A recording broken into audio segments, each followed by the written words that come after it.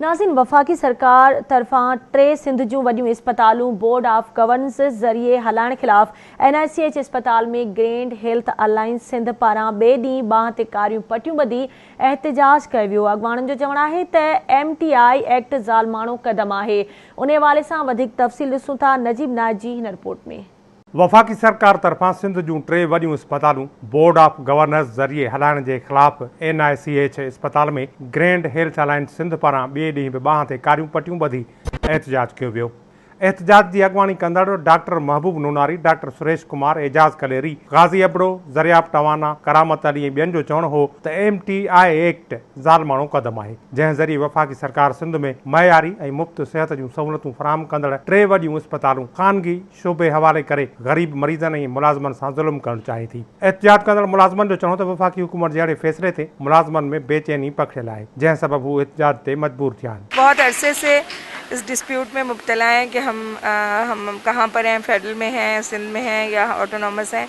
Kindly इस मसले का फ़ौरन हल होना चाहिए और हमें या तो फेडरल या सिंध गवर्नमेंट के हवाले किया जाए। वफाकी हुकूमत की तरफ से MTI के नाम से एक आर्डिनेंस पास करके सिंध की बड़ी 3 हॉस्पिटल जना NICH कार्डियो को प्राइवेट करने का एक आर्डिनेंस पास किया गया है।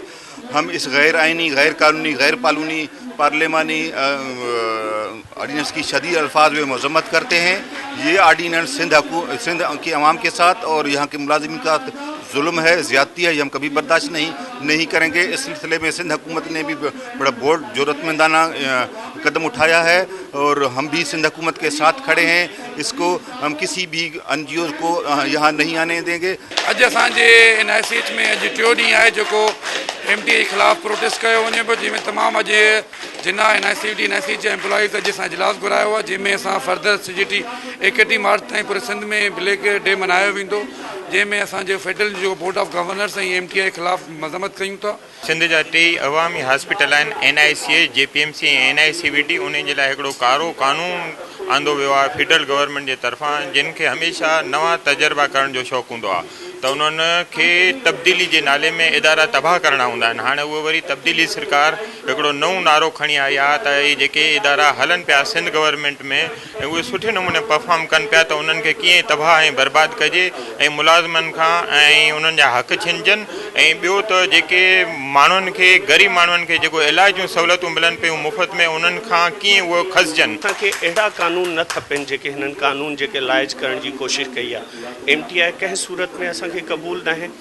सिर्फ़ु असांखे क़बूल न आहे, सिर्फ़ु असां पंहिंजे लाइ नथा कयूं, बेसिकली असां सभु जेको आहे हे पेशेंट बेनिफिट लाइ कयूं था। जेको हिकिड़ो ग़रीब आवाम या मरीज़ हिते अचे थो, उहो फ्री ऑफ कास्ट दवाऊं उनखे मिलनि थियूं, रेडियोलॉजी उनजूं टेस्ट तमामु चीज़ूं। जॾहिं MTI एक्ट ईंदो त इहे सभु पैसा उनखे मरीज़ खे भरणा पवंदा, बल्कि हज़ारनि जी तादाद में, लखनि जी तादाद में। त हीउ ग़रीब आवाम जे ख़िलाफ़ु एक्ट आहे ऐं मुलाज़िमीन जे ख़िलाफ़ु एक्ट आहे। असीं हिनखे रद्द था करियूं। हुननि ऐलान कयो त वफ़ाक़ी सरकार जे फ़ैसिले जी वापसीअ ताईं हू एहतिजाजी तहरीक जारी रखंदा।